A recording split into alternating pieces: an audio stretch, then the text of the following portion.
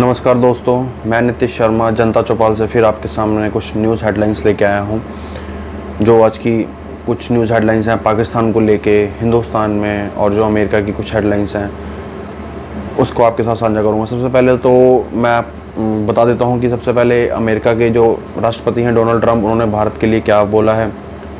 उसके बाद पाकिस्तान के जो आसिफ मुनीर हैं उन्हें एक और उपाधि दे दी गई है, मार्शल ऑफ आर्मी बना दिया गया उन्हें पाकिस्तान में। और उसके बाद हम भारत की जो अपडेट्स हैं उसको लेके भी हम बात करेंगे। सबसे पहले डोनाल्ड ट्रंप ने आज एप्पल के जो चीफ़ हैं उनसे मीटिंग करी है और उन्होंने कड़े शब्दों में ये बात कह दी है कि अगर एप्पल ने अगर आईफोन बनाने हैं तो वो अमेरिका में ही बनाएगा, क्योंकि जहाँ पर इसकी सबसे ज़्यादा बिक्री होती है उसी देश को इसका फ़ायदा मिलना चाहिए।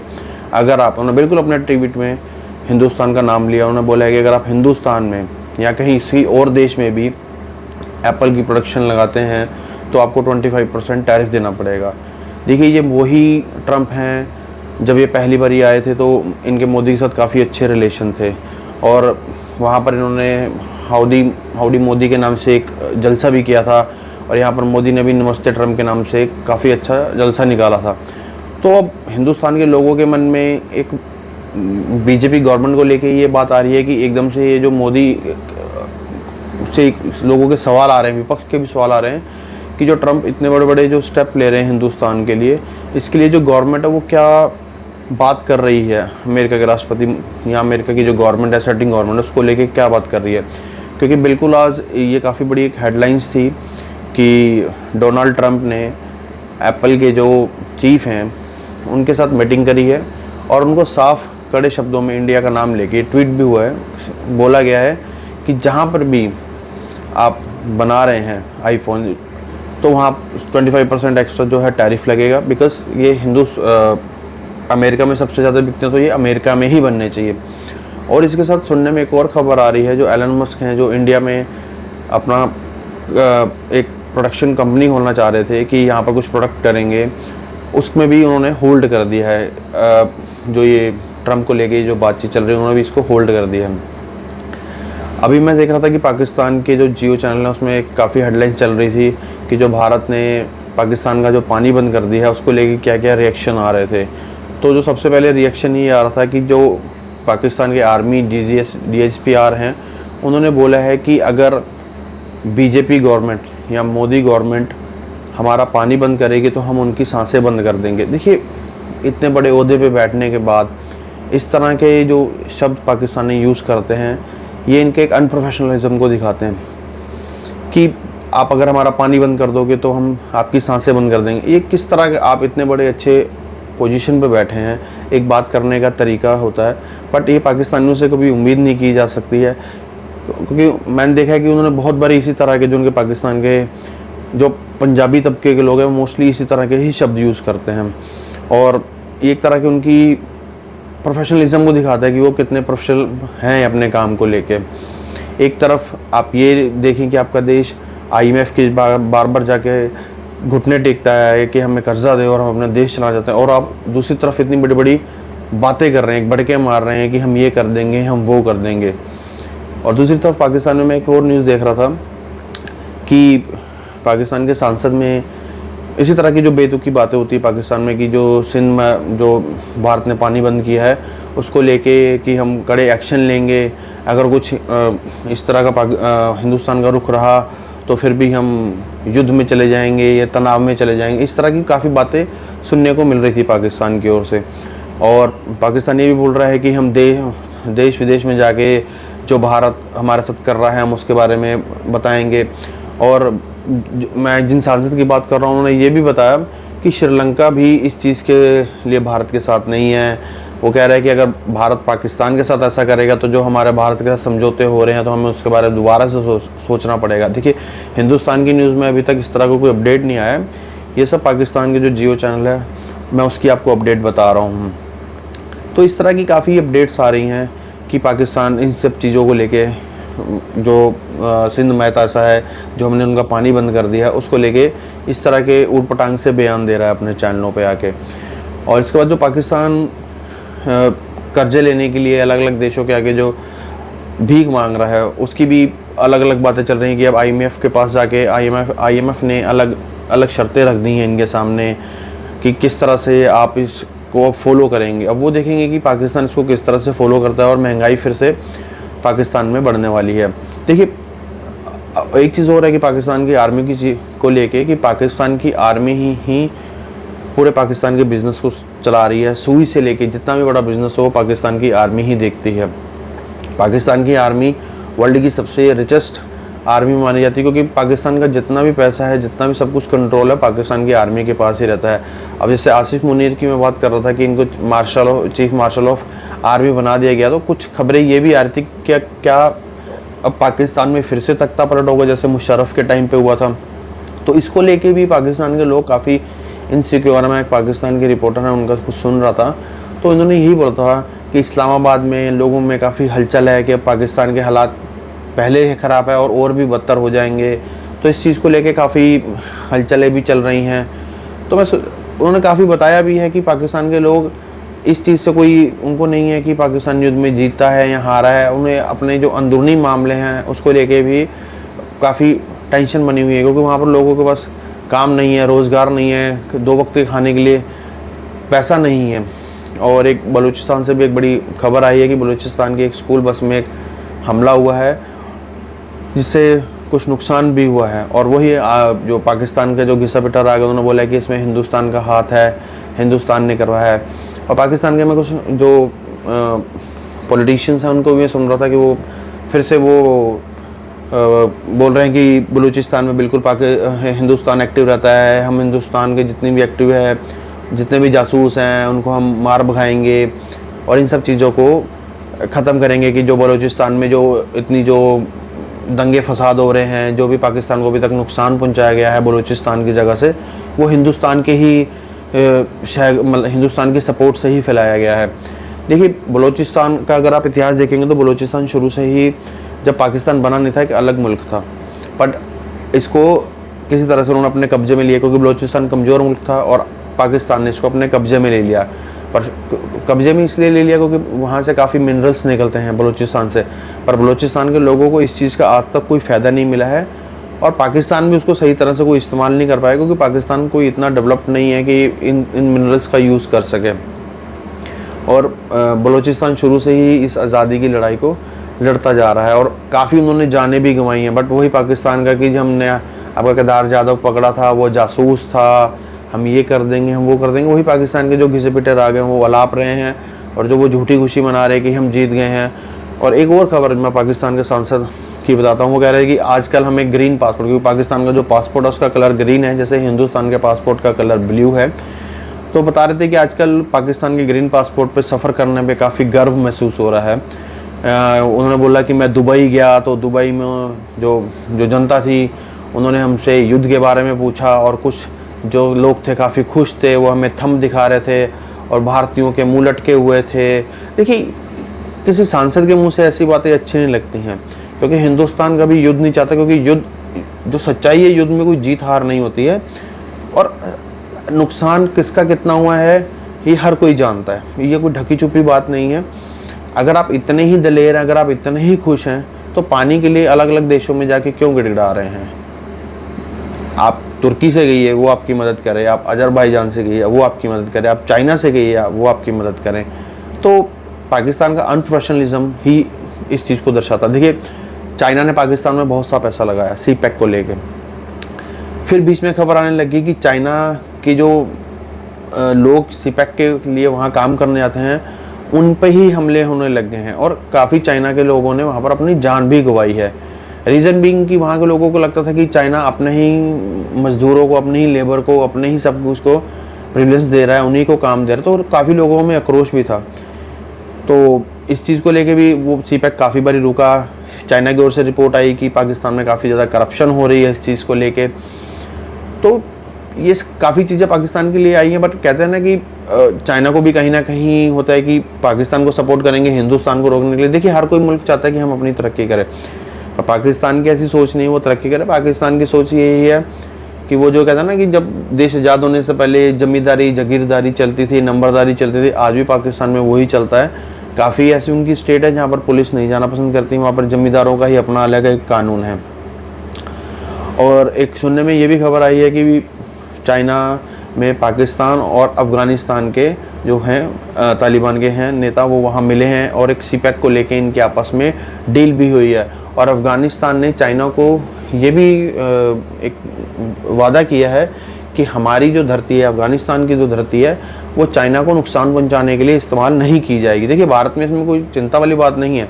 अफ़गानिस्तान को बिल्कुल हक है, वो अलग अलग देशों से जाके अपने व्यापार कर सकता है। और उन्होंने बिल्कुल सही बात भी कहीं ना कहीं करी है कि हाँ, कोई भी देश अपनी धरती का इस्तेमाल, अपनी लैंड का इस्तेमाल किसी दूसरे देश को नुकसान पहुँचाने के लिए ना करे। और देखिए, जैसे पाकिस्तान का फिर इसमें जिक्र आ गया है, पाकिस्तान ने अफ़गानिस्तान को नुकसान पहुंचाने के लिए पाकिस्तान की जो लैंड है वो यूज़ हुआ। इसके लिए पाकिस्तान ने मिलियंस ऑफ डॉलर लिए, सब कुछ लिया, अपने लड़ाके भी बनाए।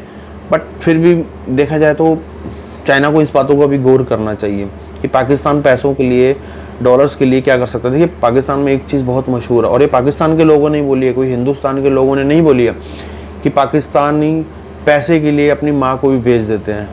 तो देखिए, मैं ऐसे शब्द बोलने जाता, माँ हिंदुस्तान में बहुत बड़ा शब्द माना जाता है, और माँ, धरती को भी हम एक माँ का ही बोलते हैं। तो उन्होंने ये बोला था कि पाकिस्तान पैसे के लिए अपनी धरती भी बेच सकता है। तो इस तरह की पाकिस्तान से काफ़ी खबरें भी आती रही हैं। और आज मैं एक हेडलाइंस और देख रहा था कि कोरोना के केसेस दोबारा से आ गए हैं। इंडिया की जो गवर्नमेंट है वो सतर्क हो गई है। सिंगापुर में काफ़ी केस बढ़े हैं, मलेशिया में काफ़ी केस बढ़े हैं, और कुछ खबर आ रही है कि न्यू दिल्ली में भी कुछ केसेस आए हैं, 23-24 केसेस कुछ आए हैं, और गुड़गांव में भी कुछ केसेस पकड़े गए हैं। देखिए, अभी तक इस तरह का कोई कॉर्पोरेट को कल्चर को चेंज करने का कुछ ऐसा खबर नहीं आई है। बट हाँ, कि जो गवर्नमेंट है और जो हॉस्पिटल्स हैं, इन चीज़ों को लेके एक्टिव हो गए हैं दोबारा से, कि कुछ इस तरह का कुछ बहुत बड़ा नुकसान या ब्लंडर ना हो, जो हमने 2020 में देखा था, मार्च में जो कोविड का हुआ था, और एक तरफ से पूरा लॉकडाउन हो चुका था। तो भारत की जो गवर्नमेंट है इस चीज़ को लेके बिल्कुल तैयार है कि इस तरह का कोई नुकसान ना हो, और बिल्कुल बढ़ चढ़ कर इस पे लोगों को एक सिक्योरिटी दी जाए। तो जो सिंगापुर से मेरे ख्याल से जो फ़्लाइट्स आएंगी, या मलेशिया से, जहाँ पर ये केसेस ज़्यादा आ रहे हैं, उसको लेके गवर्नमेंट सतर्क है, और उनको फिर से एक तरह का कहता है ना कि क्वारंटाइन टाइम में रखा जाएगा। अभी इस तरह की कुछ अपडेट्स आई नहीं हैं, बट हाँ, अपडेट्स जो आ रही हैं वो यही आ रही हैं कि केसेस फिर से बढ़ रहे हैं। अब इसके साथ हम हिंदुस्तान की जो न्यूज़ है उसकी अपडेट्स पे जाते हैं। हिंदुस्तान में अभी तक न्यूज़ चैनलों में देख रहा था कि सिंदूर जो एक हमारा जो एक ऑपरेशन चल रहा था, उसको लेके पक्ष और विपक्ष में बहुत बहस चल रही है। विपक्ष के अपने सवाल हैं, पक्ष अपने जवाब दे रहा है। कल परसों राहुल गांधी जी जो कांग्रेस के हैं, उन्होंने ट्वीट किया था मोदी जी को लेके। उन्होंने कुछ सवाल पूछे थे। उन्होंने बोला था कि आपने जो एकदम से अमेरिका के कहने पर जो युद्ध है वो क्यों रोका। फिर उन्होंने साथ में यह भी बोला कि जब पूरा विपक्ष आपके साथ था, 140 करोड़ जनता आपके साथ थी, तो आपने इस युद्ध को क्यों रोका। फिर जब उन्होंने मोदी जी के जो राजस्थान बीकानेर में उन्होंने बोला, एक उस रैली में बोला था कि मेरे खून में सिंदूर दौड़ रहा है, तो उनको लेके भी उन्होंने काफ़ी कमेंट किए। देखिए, विपक्ष तो इस तरह के सवाल पूछता ही है, और कहीं ना कहीं गवर्नमेंट इस चीज़ की जवाब दे भी रही है। पर हाँ, विपक्ष इस समय संतुष्ट नहीं है, और हम देखते हैं चैनलों में प्रवक्ता बैठे होते हैं, बीजेपी के भी और कांग्रेस के भी और अन्य पार्टियों के भी बैठे होते हैं, बहस चल रही होती है, बट कोई डिस्कशन नहीं है। देखिए, सेना को हर कोई एक तरह से शाबाशी दे रहा है, सेना पे कोई भी उंगली नहीं उठा रहा। और देखिए, कहीं ना कहीं पॉलिटिशियंस का और लोकतांत्रिक देश का एक इसी तरह से चलते हैं, जहाँ पर एक दूसरे से सवाल और जवाब पूछे जाते हैं। तो जिस तरह से हम विपक्ष की बात कर रहे थे, विपक्ष ने एक और सवाल पे काफ़ी जोर दिया है कि अगर आपके दूसरे बीजेपी गवर्नमेंट से, कि अगर आपके दूसरे देशों से इतने ही अच्छे संबंध हैं, तो आप अपने नेताओं को और विपक्ष के नेताओं को अलग अलग देशों में भेजकर भारत का पक्ष रखने की बात क्यों कर रहे हैं।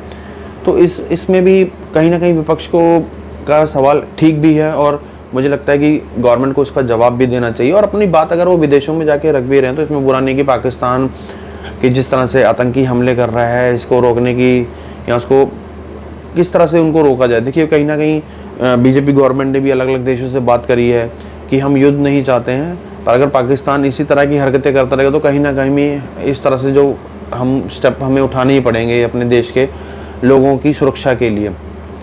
तो सुनने में आ रहा था कि जो यूसुफ पठान है, जो भारतीय क्रिकेट टीम की ओर से खेल चुके हैं, वो रिटायर हैं और टीएमसी के सांसद भी हैं, उन्हें भी चुना गया था कि वो भी इस विदेश में जाकर भारत के पक्ष की बात करेंगे। पर ये भी काफ़ी राजनीति गरमाई कि उन्होंने मना कर दिया कि हम नहीं जाएंगे।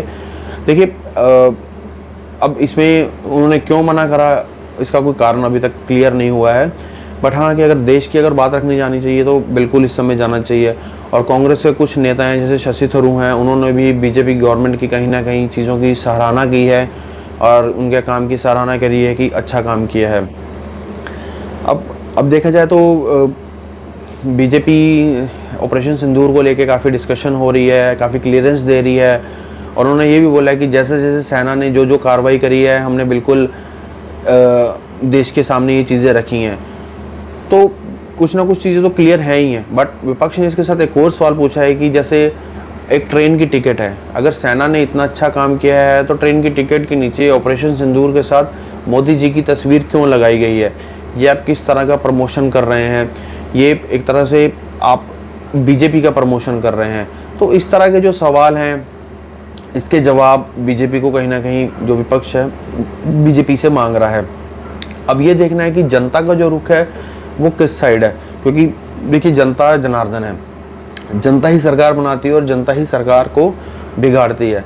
पर मुझे ऐसा कहीं ना कहीं लगता है कि जो विपक्ष है अपने सवालों को जिस मजबूती के साथ उन्हें रखना चाहिए था वो अभी तक रख नहीं पाए हैं बीजेपी गवर्नमेंट के सामने। बट बीजेपी गवर्नमेंट जैसे जैसे जो सवाल आ रहे हैं उनके जवाब भी दे रहे हैं, और जैसे जैसे जो चीज़ों की अपडेट उन्हें लगता है कि हाँ ये नॉर्मल पब्लिक के साथ या पब्लिकली शेयर करनी चाहिए, वो कर भी रहे हैं। और रही बात कि कौन सा देश हमारे साथ था कौन सा नहीं है, तो जिस तरह से मोदी जी ने भारत के अच्छे रिलेशन ऑलमोस्ट सभी जगह बनाए थे, हाँ, बट हमें तुर्की से इस चीज़ की उम्मीद नहीं थी जिस तरह से तुर्की ने पाकिस्तान का बढ़ चढ़कर सपोर्ट किया है।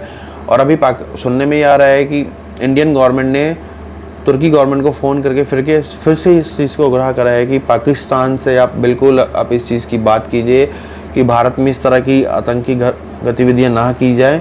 अगर वो इस तरह की गतिविधियां करेगा तो भारत को कुछ ना कुछ एक्शन लिया जाएगा। देखिए, मुझे ऐसा लगता है कि जो इंडियन गवर्नमेंट ने जो तुर्की की गवर्नमेंट को फ़ोन किया है कि तुर्की ने पाकिस्तान का कहीं ना कहीं सपोर्ट करा है, तो इंडियन गवर्नमेंट अपनी बात तुर्की के आगे इसलिए रख रहा है कि वो पाकिस्तान की जो हरकतें हैं उनके आगे रख सकें, और जो तुर्की है एक सही दिशा का चयन कर सके कि उन्हें किन के साथ खड़ा होना है।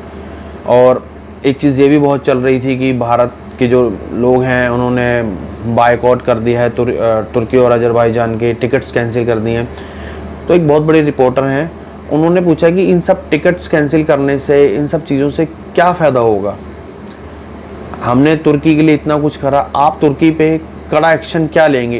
एक सिर्फ टिकट्स कैंसिल करने से, एक जो नॉर्मल लोग घूमने जाते हैं उन सब चीज़ों को कैंसिल करने से क्या हम एक तुर्की को स्ट्रॉन्ग मैसेज दे पाएंगे? तो काफ़ी जो लोग हैं बीजेपी को सवालों के घेरे में लेके आ रहे हैं।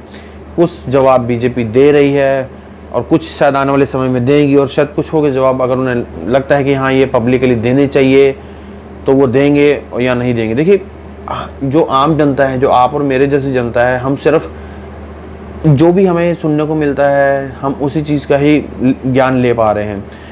अब जैसे तुर्की को लेके बोला गया, बिल्कुल देखिए सवाल बिल्कुल सही है कि तुर्की का हम क्या नुकसान करेंगे अगर आप और मेरे जैसे लोग 6-7 महीने या 1-1.5-2 साल पैसा जोड़कर तुर्की घूमने जाते हैं, अगर हम बायकॉट भी कर लेते हैं तो इसमें तुर्की का क्या नुकसान होगा? तुर्की को हम कोई स्ट्रॉन्ग मैसेज तो नहीं दे पाए हैं। तो जो पत्रकार हैं उन्होंने यही पूछा कि हम तुर्की को ऐसा आने वाले समय में ऐसा क्या स्ट्रॉन्ग मैसेज देंगे जिससे तुर्की को इस चीज़ का पता लगे कि भारत का इस तरह से एक स्ट्रॉन्ग मैसेज आया है, और नेक्स्ट टाइम से अगर हम पाकिस्तान की अगर इस तरह की हरकत पे सपोर्ट करेंगे तो भारत से और कड़े से कड़ा क्या रुख आएगा। तो आज के लिए इतना ही, और हमें इजाज़त दीजिए, और इस वीडियो को पसंद कीजिए और लाइक कीजिए और सब्सक्राइब कीजिए, और हमारे चैनल को इसी तरह से प्यार देने के लिए बहुत बहुत धन्यवाद जी। नमस्कार।